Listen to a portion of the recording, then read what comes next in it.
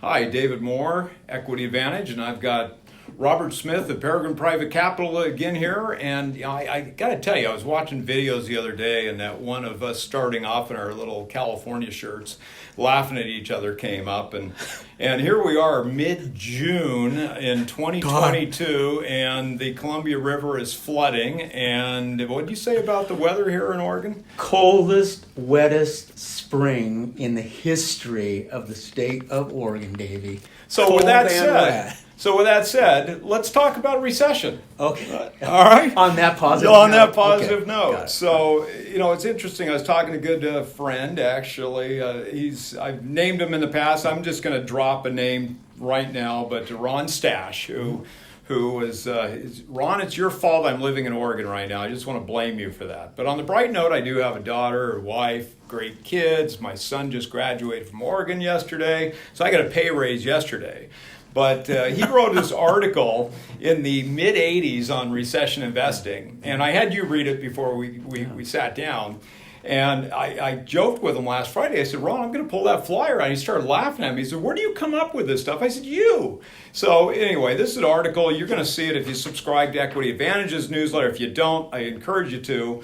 But I jokingly say I pull this thing out every time. This was written in the 80s, and every 7 years or so. This time it's been a lot longer. I mean, here we've got a run of 10 years, 10 or more years. Yeah. But the last time I pulled this article out, I got to tell you, I was getting ready for a presentation, started talking about it, and I had literally had somebody get mad at me. A broker in the room, he says, are you talking about, are you saying we're going into recession? And I said, well, I'm not saying that. I'm saying, hypothetically speaking, if this were to happen, we might want to consider these things. So, with that said, where do you think we are today, Bob? I think, David, we're well down the path to recession.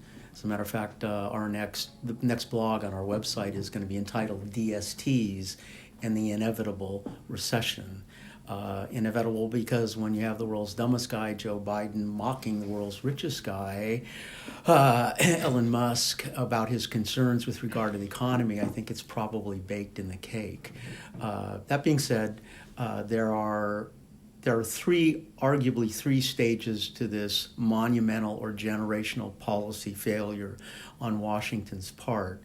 First, there's denial in terms of whether it was, the chairman of the Fed, the president, secretary of the Treasury. Well, there will be no inflation. And then when inflation arrives, it's like, well, don't worry too much about it. It's only going to be transitory. So you go from denial to complacency to, I think we're now in the wishful thinking stage, the third and final stage before the recession actually arrives, because it's a downhill progression, and it's becoming apparent, I think, to any rational individual that interest rates are going to have to go much, much higher than any of the aforementioned ever anticipated to actually choke this off. And by way of example, a generation ago, 40 years ago, during the great inflation, late 70s, early 80s, sponsored by Arthur Burns, then chairman of the Fed, and Richard Nixon, and Jerome Powell, in historical context, will likely be seen as the second coming of Arthur Burns because he's largely responsible for this current wave of inflation. For Paul Volcker to finally choke inflation off in the 80s, interest rates had to go higher than the then rate of inflation. And I believe inflation at the time was in the mid-teens, and so interest rates had to ultimately go to 20% to get up to throttle it. And with a conservative CPI currently at 8.6%, we don't think that's an unreasonable benchmark from an expectation standpoint in terms of where interest rates may have to finally go before this thing gets choked off. And that's obviously a long, long way from where we're currently at. And after more than a decade worth of zero interest rates and free money, 8 or 9% interest rates will probably have a tremendously dislocating effect on the economy from a borrowing and lending standpoint, from a transactional standpoint, in terms also employment. And so we think there's going to be a lot more pain than anyone right now is willing to accept. And that's why people, not just our policymakers, but people in general, want to remain in that denial stage as long as they possibly can, because it's going to be painful, and it's no longer avoidable, and that's not something pleasant to contemplate. Well, so isn't that uplifting? Very uplifting. You know, he loves this stuff, right? I mean, I at night I'm going to sit there and look at pictures of boats and stuff, and I think you read this stuff. So I want to sort of put it back. Yeah, I mean, we're sort of looking at people, and they're all complaining about the interest rates today. But I mean, if you look at it in a historical perspective, I mean, they're very appealing. The historic.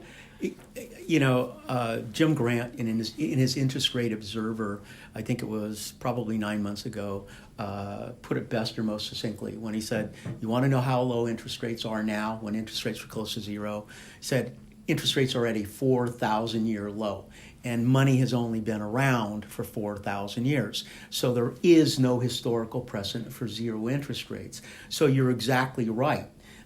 By historical standards, interest rates of 4, 5, 6%, that's still very, very cheap money, okay? And so, but it's no longer free money.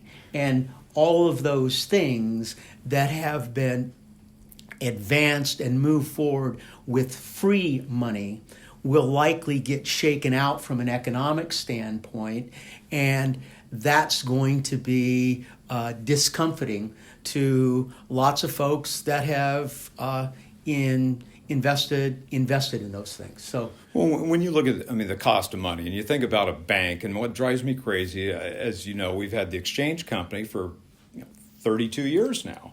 And historically, we would get a small fee, and we'd get the float on the funds, and that's how we'd make our money. And through the last decade, we've gotten that obviously crushed, and how they save us out of the last problems is dropping the rates, right? So they never bumped them back up to. So now what are they going to do to fix it this time? But I sort of put it in the context of, what do you do with your money to be safe today? And historically, you put money in the bank. You buy a CD. My mom, I don't want her money at risk.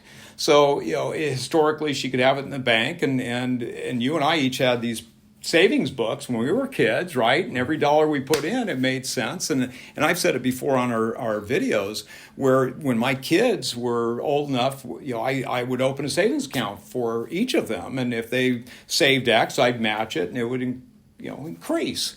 But to find a bank account that the fees themselves didn't eat and erode everything they ever put in was just impossible almost. There was one bank that I found that actually had free fee accounts for kids under 18, which was a wonderful deal, and that's how I get them started on the whole idea of savings. But if you think about what should the cost of money be, and why, if the Fed has no money, why is it so cheap? That just drives me crazy. You have no money, and yet you're selling it for nothing. Shouldn't it be very, very expensive? Meanwhile, you got a whole bunch of borrowers, or not borrowers, savers that would like to be able to put the money in the bank and put it safe, like my mom, and yet you can't afford to do that. No. And it's just, everything's upside down. So when people start complaining about the rates going up, I really look at it and I say, well, what do you think the rate should be? If a bank historically worked, if I'm going to deposit and get paid X and borrow or loan it out at Y, there had to be a spread. That bank had to make money to survive before the Fed started meddling with everything. And, old Limbaugh used to say, what's the government do well, and why do we keep giving them more to do? But anyway, that's another seminar topic. But I just look at the cost of money and look at where we are, and it is what it is. Well, it is what it is, and I think you made a very good point, that everything's upside down. And you're exactly right that decade or more of zero interest rates, which is historically anomalous, meaning it's never happened before and hopefully won't happen again in the future. Okay, that turned everything upside down, and it was done intentionally on the part of the Fed and other government entities in the aftermath of the housing market collapse of 2008, 2009, and the consequent recession, to bring us out of recession and to reinflate asset prices. Because when you push interest rates down to zero and you're screaming at the top of your lungs as Fed chairman, money has no value. And if money has no value, then you're going to put it in stocks, you're going to put it in bonds, real estate, cars, what have you. So it was intentionally done to reinflate asset prices. And unfortunately, it was overdone, and it's overinflated asset prices. And they stayed at the party way too long. There's that old saying that the Fed's job is to take the punch bowl away from the party before everybody gets drunk. Well, this time around, the Fed is only taking the punch bowl away after you've got all these drunks staggering around everywhere in the room. So they were a day late and they're $1 short. But that, as you said, everything's upside down, so that abnormal, that anomaly of zero interest rates, of free money, became the norm for a whole generation of people, particularly young people. Mm-hmm. And it fueled all kinds of market and asset value distortions. And now that that's being turned back right side up to what historically is the norm, where money does indeed have intrinsic value because it has a real rate of interest associated with it, but it's that reverting back to normal, which is going to be so dislocating for all those people and all those businesses who thought that the world turned upside down, was the norm. So indeed, things are being righted to where they historically have been and should be, but that's going to be a painful process because a lot of people don't think that is the way life should be or the way life is run. And it's going to be a very, very rude awakening, and it's going to be very painful for those people. So Thank you, and that's our opening for today. Right. We'll be right back. Don't leave. David Moore with Robert Smith of Peregrine Private Capital. Thank you for joining us today. Thank you.